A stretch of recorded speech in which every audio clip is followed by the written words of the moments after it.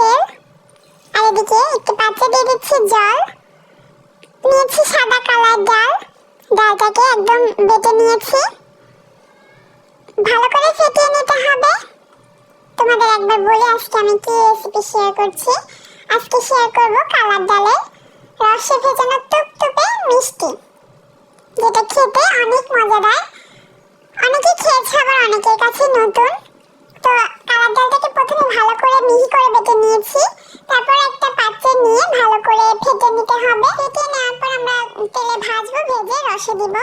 তো রসের জন্য জল বসিয়ে দিয়েছিলাম। জলটা ফুটে উঠলে চিনির পরিমাপটা তোমরা তোমাদের পছন্দ অনুযায়ী দিতে পারো। তারপরে একটা এলাচ দিয়ে দিয়েছি। এবার ডালটাকে ভালো করে ফেটিয়ে নিতে হবে। কখন বুঝবো আমরা ফেটানো হয়ে গেছে?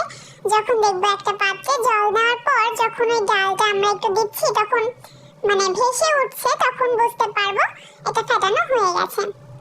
তারপর একটা মানে বড়ার মতন করে ভেজে নিতে হবে আর কি।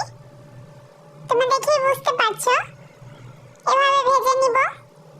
খুব বেশি লাল লাল করবো না, হালকা ব্রাউন কালার চলে আসলে আমরা নামিয়ে নিব।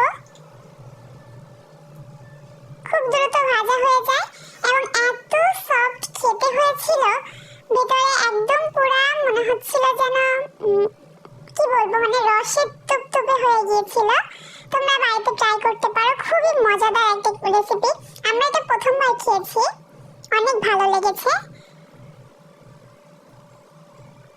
আমি কিন্তু খুব একটা লাল করে ভাজিনি, হালকা ব্রাউন কালার এসেছে তখনই নামিয়ে নিচ্ছি। আমি তো একটা কথা বলতে ভুলেই গেছি, এই কালারের ডালটা কিন্তু আমি আগের দিন রাতে ভিজিয়ে রেখেছিলাম।